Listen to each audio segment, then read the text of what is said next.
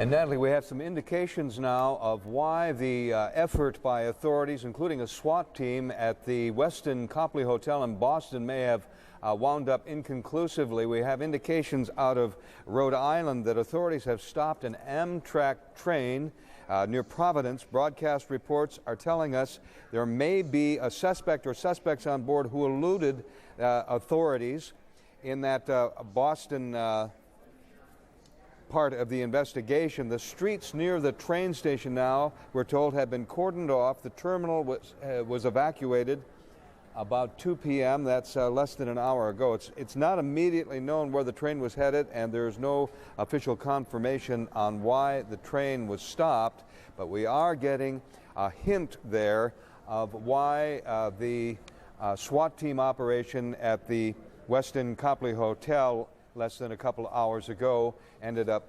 inconclusively. They may have been looking for someone there who eluded them. Perhaps now we know more about the investigation, which seems to be proceeding rapidly because of a number of clues. And we have Susan Candiotti down in Florida, where some people have been taken into custody, not as suspects necessarily, but Susan, maybe you can tell us exactly what's happening down there. Good afternoon, Lou. Let me fill you in. We do know this, that the FBI is concentrating certainly a key part of its investigation in at least 4 different areas of Florida. They are Vero Beach, Florida, where we are reporting to you from, Venice, Florida, on Florida's west coast, several locations in Broward County, Florida, to the south, as well as Daytona Beach, Florida. Now, reporting to you, giving you a live look at what's happening now on a very quiet residential street in Vero Beach, Florida, we can tell you that about 2.5 hours ago, the FBI took in for questioning a man identified by a law enforcement source as an acquaintance of a man who rented one of 2 homes located side by side, homes that have been searched here on this street by the FBI since about 5:30 this morning. We counted at one point at least a dozen FBI agents here. We also saw someone here from the ATF and someone dressed in protective garments. Again, these 2 homes are located side by side. They were being rented, according to neighbors, by 2 men who identified themselves as being commercial pilots from Saudi Arabia. One neighbor tells us that one of the men was believed to be attending a school called Piper Flight Training School, one once attended by JFK Jr.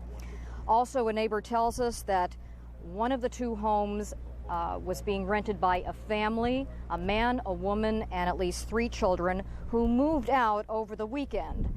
The man who rented the house to them tells me that they always paid their rent on time. He never had any trouble with these people, and he feels very badly about the whole thing.